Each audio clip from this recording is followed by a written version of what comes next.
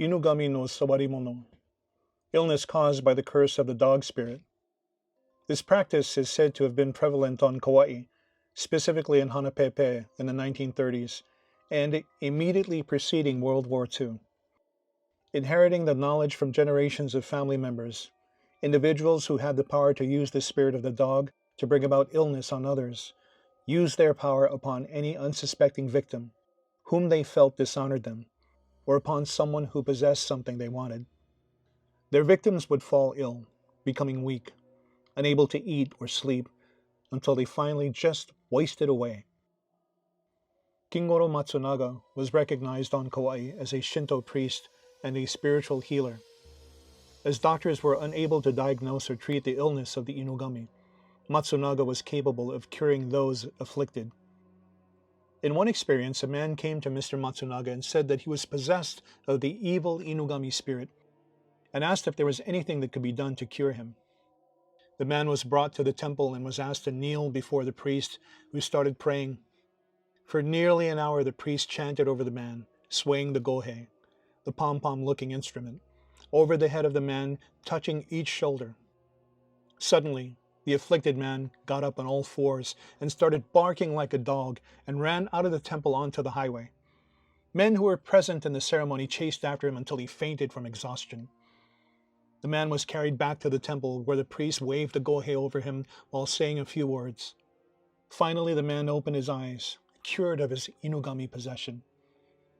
In 1937, a young woman who had recently given birth suddenly grabbed a butcher knife and, with an insane look in her eye, was about to slay the baby. The husband stopped her and took the boy away, but the woman then began chasing her husband with the knife.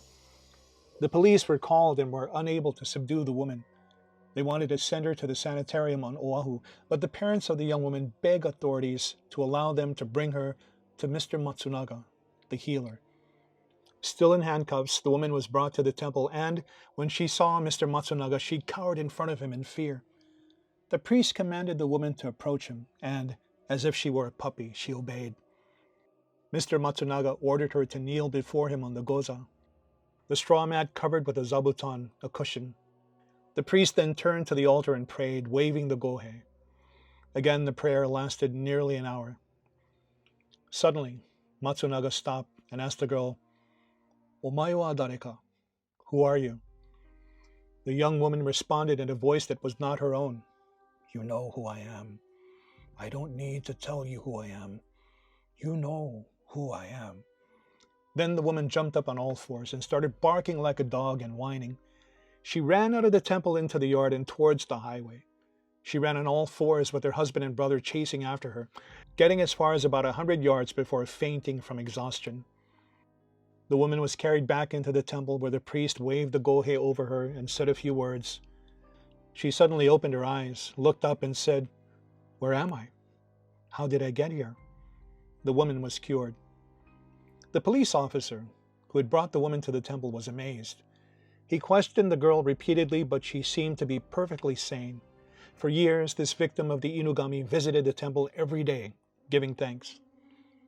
The man who shared this story is the late Spark Matsunaga, a prominent member of Hawaii politics, and the son of the Shinto priest who was able to cure the victims of the Inugami curse. Matsunaga and his siblings were warned against associating with certain families on Kauai, who are known by their father as those who are able to cast the curse upon others. As an educated man, he said he has tried to rationalize these events and understand these strange occurrences, looking for reasonable answers, to no avail. Without logical answers, he says, I am inclined to believe at this time that there is something more to life, something more than what the sciences have been able to explain.